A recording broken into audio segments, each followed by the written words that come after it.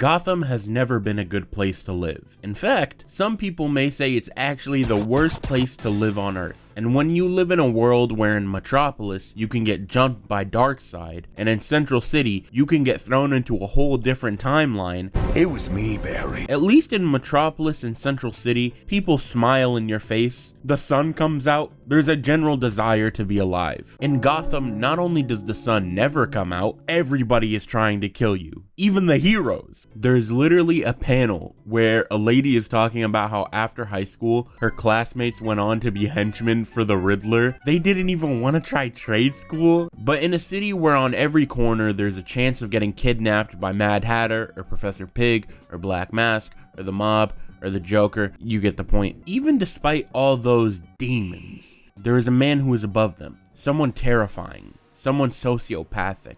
Someone large.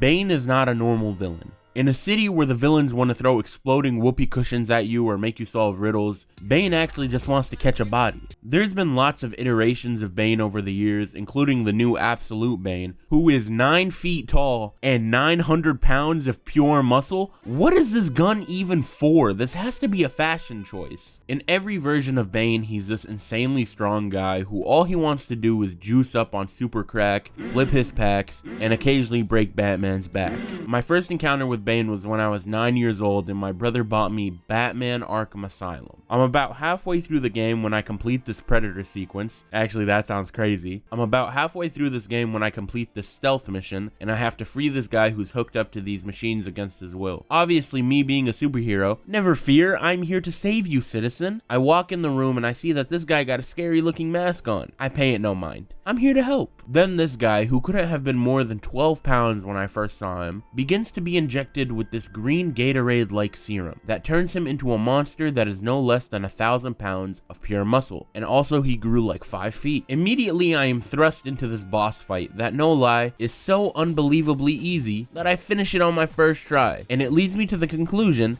Bane ain't shit. And I don't want to make any assumptions, but I don't think his physique is natural. Anyway, that's my first encounter with Bane, right? My second encounter with Bane is the first time I watched The Dark Knight Rises. Before watching this movie, I already knew that the main villain was Bane, so I was telling my friends who I was with, bro, this guy ain't on shit, he's not on nothing, he can't do anything, I beat him when I was 9. And then the movie starts, and this is the most terrifying man I've ever seen in my life. He opens the movie by escaping a CIA spy plane while it's still in the air, and then later, he breaks Batman's spine and sends him to go live in the movie Dune, and then he also blew up a football stadium. I don't even know what that did for him or his plan. I think he just did it for the love of the game. I often take a lot of issue with Batman's no-kill rule. This is a guy who dedicates his life to making his city better, but is incapable of stopping the, I don't even want to say revolving door of villains, because at least in a revolving door you have to wait for somebody to leave before you can, but Gotham villains all jump Batman at any possible moment. It's more like an elevator from Arkham Asylum or Blackgate if we're being honest. But I get it.